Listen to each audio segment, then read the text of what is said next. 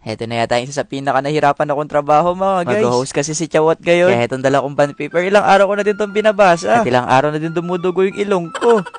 Sa paglalakad ko nga ngayon, para rin akong bumalik sa pag-aaral. Kasi dati kapag papalapit na yung exam, matik na may dala ako reviewer. Bago pala ako umalis mga guys, pinuntahan ko na nga muna yung decider ko para kunin na yung pinagawang damit ko sa kanya ng isang araw. Sobrang aga nga ng call time namin ngayon, kaya yung shop ni Sir Rob nakasarado pa. Pero nabagit ko naman sa kanya mga guys na maaga akong pupunta. Kaya pagdating ko daw dito, nakahanda na rin yung damit na mga nagawa niya. Dalawa pala yung damit na pinagawa ko sa kanya ngayon mga guys. Etong pula nga, ito yung susuotin ko para sa hosting. At etong isa naman, ginawa ko ng isa sa mga followers ko dito sa Facebook na maging abay nga sa kasal niya. Pero sa susunod na araw pa yun mga guys, saka ko na din kayo i-update kapag pupunta na ako doon. Ginawa ko na nga din pala yung dalawang pinagawa ko, para nga daw sa susunod di ko na din siya dadaanan. Dahil tapos na din naman daw yung isang damit. Kaya pagkatapos ko makuha mga guys, nagpaalam na din ako kay Sir Rob para makuwi na ng bahay. Fast forward na pala mga guys, kakatapos ko lang pala maligo dito. At bago nga daw niya ako ayusan, ilagay niya nga na muna yung contact lens sa mata. Medyo malabo na kasi mata ko mga guys, baka kapag kasi nasa stage na ako, hindi ko makita yung mga binabasa ko.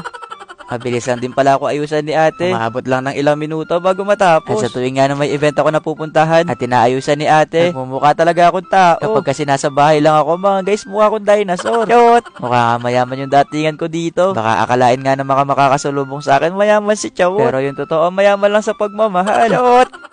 Pagkatapos nga namin makapag-ayos, lumabas na din ako ng bahay para makaalis na. Di ko na dinamihan masyado yung pagpapakyut sa bahay. Kasi baka natapos na yung event, di pa ako natapos sa pagpapakyut.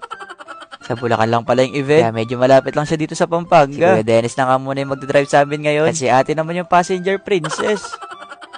Sa buong biyahe nga namin, wala nga akong ginawa kung hindi magbasa lang ng script. Tinatry ko nga kabisaduhin yung mga ibang words para rin hindi ako magkamali-mali na sabihin. Sa totoo lang kasi, minsan wala ako sa sarili. Kaya yung pag-hosting pa naman, kailangan nakafocus ka sa mga sasabihin mo. Eh di pa naman ako masyado nakatulog. Kaya sa mga oras nga na yan mga guys, nananalangin ako na maging maganda yung resulta. Makalipas nga ng ilang minutong biyahe, nakarating na din kami dito sa San Rafael, Bulacan. Dito na din yung mga nag-invite sa akin. Kaya sabi nila, sunod na lang daw ako sa kanila. Kasi may mga changes lang napapalitan. Explain nga lang sa akin ni Kuya yung mga napalitan. At saka mga nadagdag sa script. Dalawa din pala kami mag-host dito. Kaya bago pumunta sa stage, nag-rehearse na nga muna kami dito sa loob para mamaya alam namin yung gagawin namin. Ang galing nga nung kasama ko mga guys. Pag pinakikinggan ko nga siya, para rin siyang DJ sa radyo. Samantalang yung boses ko naman, kundi boses pala ka, boses pa si Doraemon. Cute!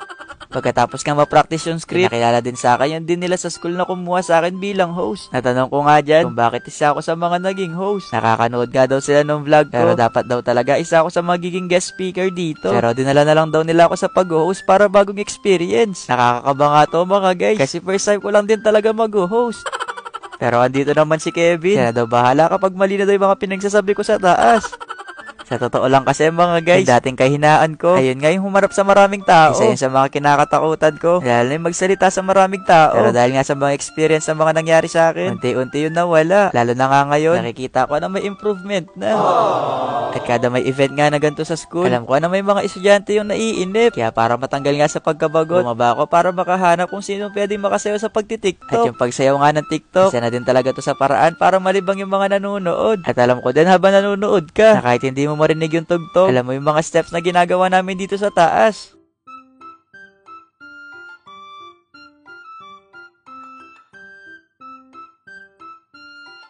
Pagkatapos nga makapag-TikTok, pinakilala na nga namin dito yung mga dumating na guest speaker. Ang dami ko nga natutunan sa pagpunta ko dito. At habang nakikinig nga, para rin talaga akong bumalik sa pag-aaral. Bumalik yung mga memories ng mga panahon nangangarap pa lang ako.